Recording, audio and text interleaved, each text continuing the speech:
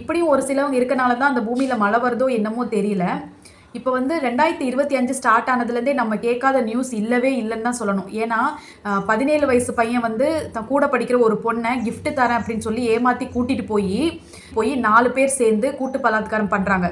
அப்புறம் 13 வயசு பையன் வந்து அங்கன்வாடி படிக்கிற 5 வயசு குழந்தைய கூட்டிகிட்டு போயிட்டு ரேப் பண்ணி இன்னைக்கு அந்த குழந்தையோட பிறப்புறுப்பில் வந்து 5 தையல் இருக்கிற அளவுக்கு கொடுமையெல்லாம் இப்போ நிறைய நடந்துகிட்டே தான் இருக்குது. இந்த மாதிரி நியூஸ் கேட்டுட்டு இருக்கும்போது திடீர்னு இந்த ஒரு வீடியோ வந்து வைரல் ஆகிட்டு இருந்துச்சு.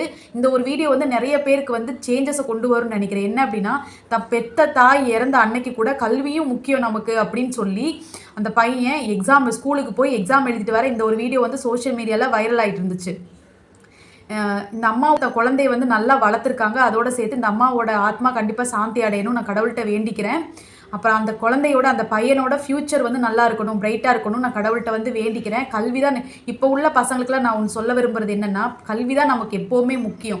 எது வேணால் இன்றைக்கி நம்மளை விட்டு போயிடும். ஆனால் வந்து படிப்பு வந்து நம்மளை விட்டு போகவே போகாது. எது நம்மளை விட்டு போனாலும் படிப்பை வச்சு நம்ம லாஸ்ட் வரைக்கும் நம்மளால் ஸ்ட்ராங்காக இந்த பூமியில் நம்மளால் சர்வை பண்ண கண்டிப்பாக முடியும்.